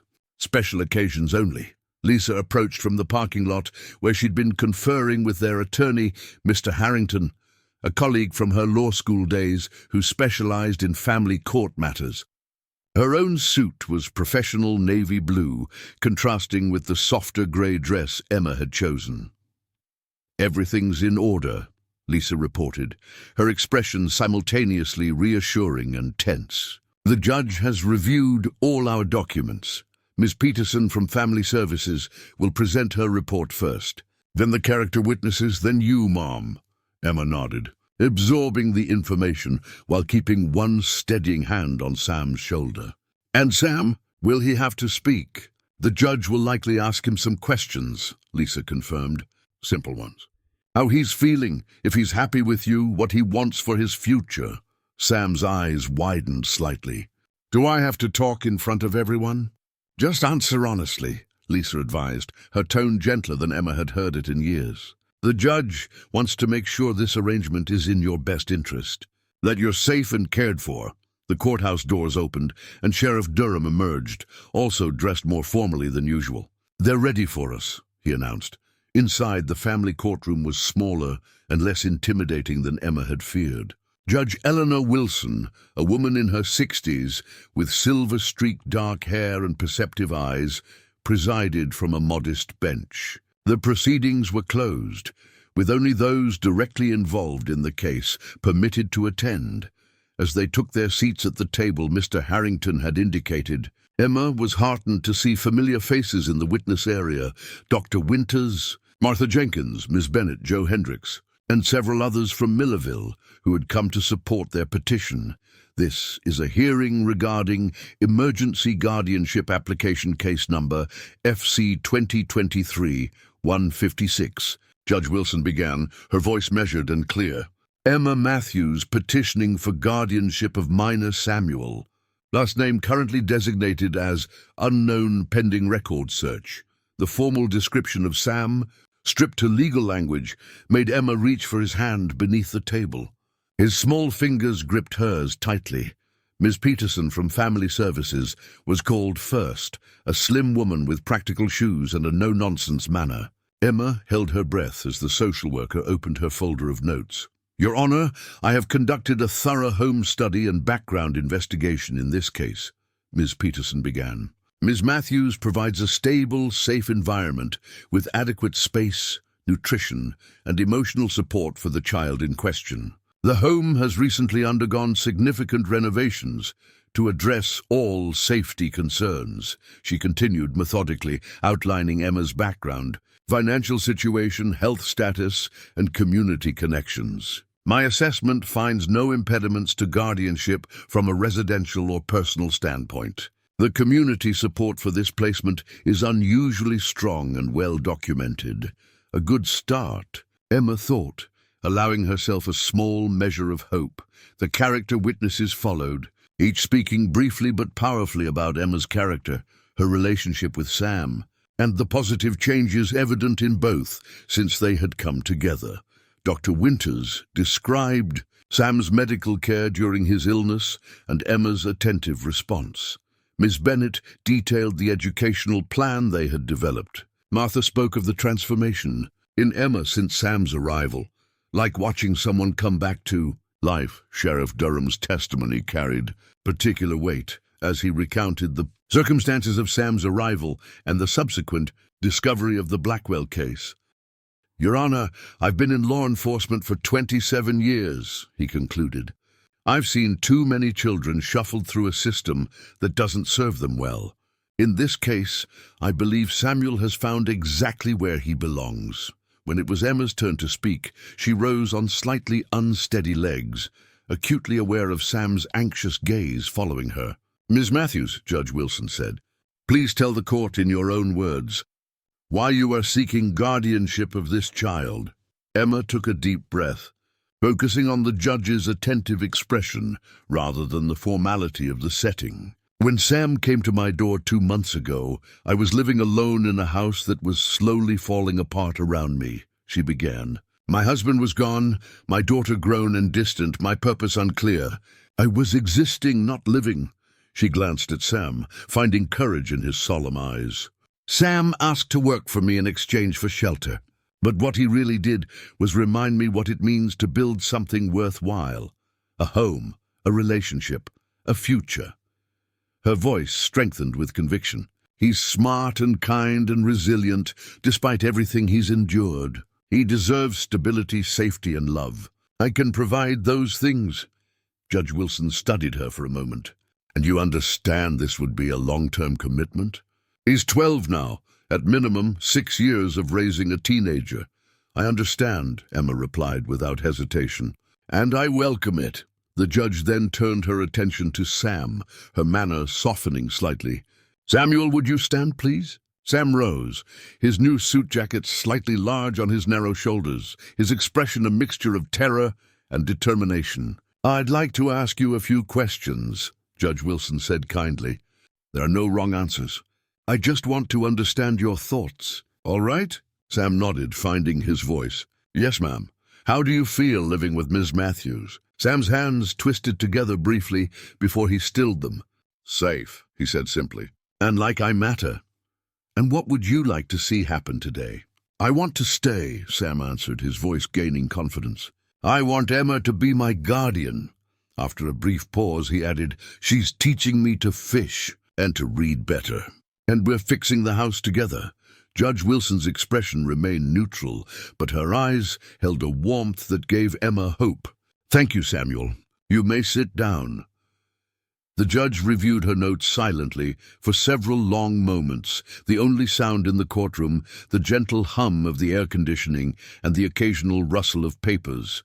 Finally she looked up. "Having reviewed all evidence and testimony, I'm prepared to rule on this petition," she announced. "In the matter of guardianship for the minor child Samuel, I find that emergency guardianship is warranted and in the child's best interest." Emma felt Sam's hand tighten in hers as Judge Wilson continued. "I hereby grant temporary guardianship to Emma Matthews for a period of 6 months, during which time a more permanent arrangement will be considered, contingent upon continued positive reports from family services and no contrary claims from biological relatives." The judge's gavel fell with a decisive tap, sealing their future together. For the next 6 months, at least. Emma felt tears threatening and blinked them back, turning to find Sam looking at her with a mixture of disbelief and cautious joy. "Does this mean—" he began. "It means you're staying," she confirmed, pulling him into a gentle embrace. "We did it!" Over Sam's shoulder, Emma caught Lisa's eye. Her daughter's professional composure had softened, a suspicious brightness in her eyes as she gathered their paperwork. "First step," Lisa murmured when they broke apart. "A big one." Outside on the courthouse steps, the June sunshine seemed particularly golden, illuminating their small group in a moment of triumph and possibility. Sheriff Durham shook Sam's hand formally, man to man, then surprised him with a warm clap on the shoulder. "Congratulations, son," he said simply. "You've got a good home now?" Sam nodded, still looking slightly dazed by the proceedings and their successful outcome. As they walked toward the car, Emma noticed him repeatedly touching the pocket of his new suit jacket, as if checking for something important. "What have you got there?" she asked gently. Sam hesitated, then withdrew a small folded piece of paper. "Ms. Peterson gave it to me," he explained, carefully unfolding it to reveal an official-looking document. "She said it's a copy of my birth certificate." "They found it in the state records." Emma looked down at the document, her heart constricting at this tangible piece of Sam's history, the name of a mother he couldn't remember, a birth date now officially confirmed, a beginning that had led, however circuitously, to her doorstep. "Samuel James Harlow," she read aloud. "Born May 8th. So my birthday really was in May," Sam said wonderingly. "Just like we celebrated." "James," Emma repeated softly. "That's a fine name." "Samuel James Matthews sounds better," Lisa commented casually from behind them. When they both turned to her in surprise, she shrugged. "Eventually, I mean, when the time comes. The simple acknowledgement that there would be a future where Sam would fully share their name and family hung in the air, like a promise as they descended the courthouse. Steps together into the waiting summer day. The summer unfolded in a rhythm of projects and paperwork. Each week brought new progress on the house, windows resealed, walls repainted, floors refinished. The guardianship arrangement settled into a comfortable routine of weekly check-ins with Ms. Peterson and monthly court updates. Lisa had returned to Charlotte after the hearing, but surprised them both by reappearing each weekend. Her corporate suits exchanged for worn jeans and work shirts. Her legal mind applied to both renovation projects and navigating the complexities of Sam's case. "The bedroom across from yours needs rewiring," she announced one Friday evening in late July, arriving with takeout and a portfolio of electrical quotes. "I've found a licensed contractor who can do it next Tuesday." Emma marveled at the transformation in her daughter, not just her renewed engagement with the family home, but the softening in her manner, the return of the warm, practical girl who had existed before ambition and distance had claimed her.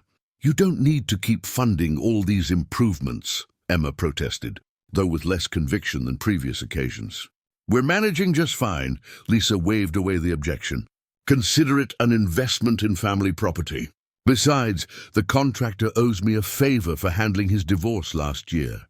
Sam, who had been setting the table for dinner, looked up with interest. "Are you moving back home?" he asked Lisa directly, his growing comfort with her evident in the question. Lisa paused, a flash of something unreadable crossing her face. "Not exactly, but I'm looking at some office space in Millerville. There's a surprising need for legal services in rural communities. Might open a satellite practice." The casual revelation stunned Emma into momentary silence. Lisa had been adamantly urban for so long, dismissive of small-town life and its limitations. This potential return represented a seismic shift in priorities. That would be. Emma searched for an adequately understated response. "Inconvenient for the house projects." Lisa's knowing smile acknowledged the deeper implications left unspoken. "Yes, very practical," she agreed, unpacking containers of food with studious attention. The following Wednesday brought the final major renovation project, the front door. The original had warped over decades, creating drafts and security concerns that Ms. Peterson had flagged in her last inspection. "Oak or cherry?" Sam asked, studying the catalogue from Hendrix's hardware spread across the kitchen table. His reading had improved dramatically with daily practice and Lisa's discovery of books that engaged his mechanical interests. "Your grandfather's door was oak," Emma mused, running her fingers over the sample piece. "Sturdy, practical. But cherry would match the porch rails better," Lisa pointed out from where she was measuring the existing frame. "And it would add a touch of warmth." The decision was still under debate when Sheriff Durham's SUV pulled into the driveway. His visits had become regular, official check-ins blending seamlessly into friendly calls that often included staying for coffee or helping with a stubborn repair. Today, however, his expression as he approached held an official gravity that immediately put Emma on alert. "Afternoon," he greeted them, removing his hat as he stepped onto the porch. "Got some news I thought you should hear directly from me."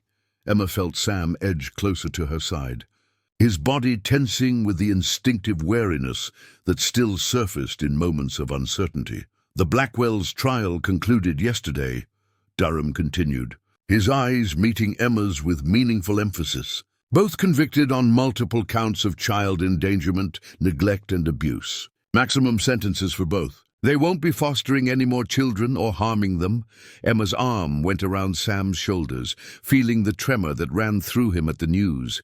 "That's good to hear," she said carefully, uncertain how he would process this final closure of his painful past. Durham nodded, then reached into his breast pocket. "There's more."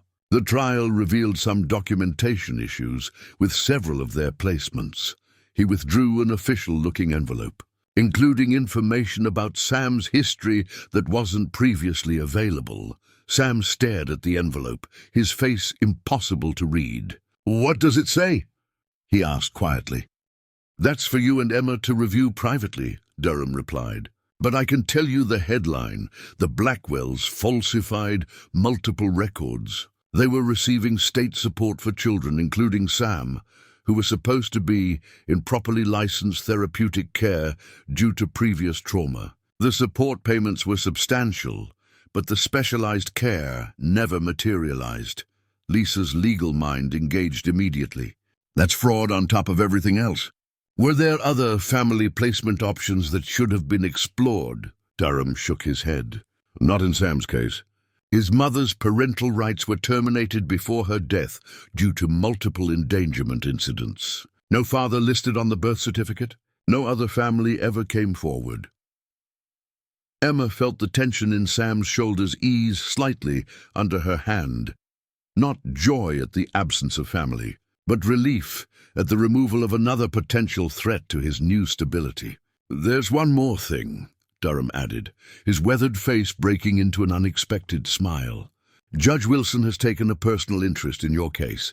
After reviewing the new evidence from the trial, she's expedited the permanent guardianship hearing. It's been moved up to next month instead of December. The news hung in the air like unexpected sunshine after rain. Emma found herself unable to speak, past the sudden tightness in her throat. Lisa stepped forward, her legal composure providing necessary structure. "That's excellent news," she said, accepting the envelope from Durham. "We'll review everything thoroughly and be prepared." After the sheriff departed, the three of them sat on the porch steps, the door catalogue forgotten beside them. The envelope remained unopened on Emma's lap, its contents somehow less urgent than the simple fact of their togetherness in this moment. "I think we should go with the cherry," Sam said suddenly, breaking the thoughtful silence. "For the door." Emma and Lisa exchanged surprised glances at this return to their interrupted decision. "Are you sure?" Emma asked. "It's more expensive than the oak." Sam nodded decisively. "Cherry gets better with age, more character." His hand strayed to the envelope, touching it lightly, but making no move to open it yet. "And I think we're going to be here a long time. It should be something special." "Well then," Lisa said, her voice suspiciously thick, "cherry it is." The next morning, Emma woke early to find Sam already outside, carefully removing the old front door from its hinges. The new cherry door leaned against the porch railing, its rich wood grain catching the morning light. "I thought we could do this together," Sam explained when he saw her watching. "All three of us." By afternoon, the new door hung perfectly in its frame, requiring only the final touch, hardware. From his pocket, Sam produced a key ring with 3 identical keys. "Mr. Hendricks helped me make these yesterday," he said, holding them out with uncharacteristic shyness. "One for each of us." Emma took the key he offered her, its weight in her palm somehow symbolizing all they had built together. Not just a renovated house, but a home where belonging was no longer in question. As if reading her thoughts, Sam said quietly, "It's not just a place to stay anymore. It's home." The simple declaration from a boy who had known so little stability filled Emma's eyes with tears she didn't try to hide. She pulled him into a gentle hug, feeling his arms wrap around her waist with the easy affection that had gradually replaced his initial caution. "Yes," she agreed, looking over his head to where Lisa was fitting the new deadbolt, her daughter's presence in this moment another kind of homecoming. "It certainly is." The crisp December air carried the scent of pine and wood smoke as Emma stood on the porch, watching Sam in the side yard. 6 months had passed since the temporary guardianship hearing, bringing changes both subtle and profound. The boy, carefully digging a hole in the frost-softened earth, was taller now, his frame filling out with proper nutrition and physical activity, his movements confident in a way they hadn't been when he first arrived. "He's getting so big," Lisa commented, joining Emma at the railing. "That jacket I bought him in August is already too small." Emma nodded, a pleasant ache filling her chest at the evidence of Sam's thriving. "Growth spurt. He's catching up to where he should be." They watched as Sam measured the depth of the hole with meticulous care, consulting the gardening book propped open on a nearby rock. The sapling oak beside him, barely taller than Sam himself, waited to be planted, its bare branches reaching upward with winter patience. "Interesting timing for tree planting," Lisa observed. "Most people wait for spring." "It was his idea," Emma replied. "Said he wanted it to take root during the quiet time, be ready to leaf out when everything wakes up." Lisa smiled. "Poetic and scientifically sound, actually.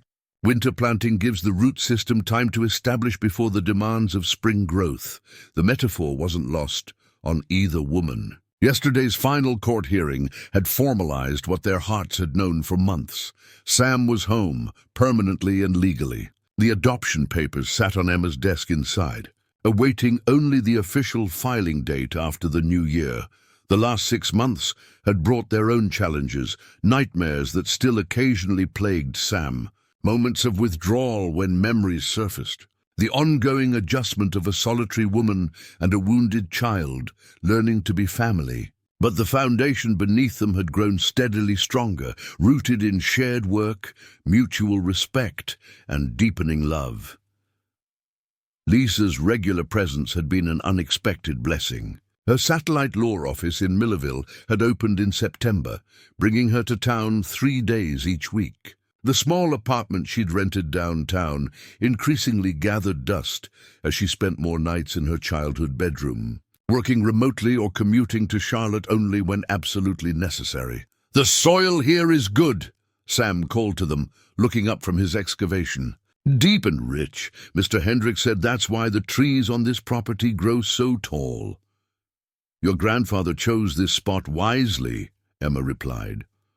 "Said he wanted to build where things could put down proper roots." Sam nodded in solemn understanding, then returned to his work with renewed purpose. At 13, he balanced precariously between childhood and adolescence, still capable of uninhibited joy, yet increasingly thoughtful, his questions about the world more complex, his observations more nuanced.